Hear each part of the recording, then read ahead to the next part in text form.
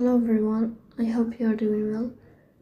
Today we will talk about how to fix or how to solve the problem of not installed on the application of Rapid TV. We click on settings.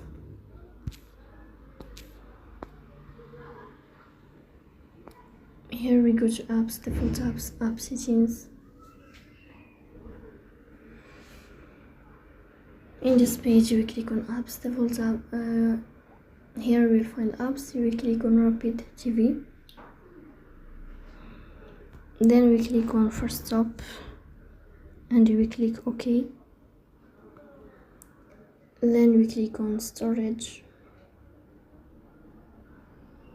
Here you click on clear cache. In the end you will turn off your phone and you will restart your phone again, so please don't forget to support us.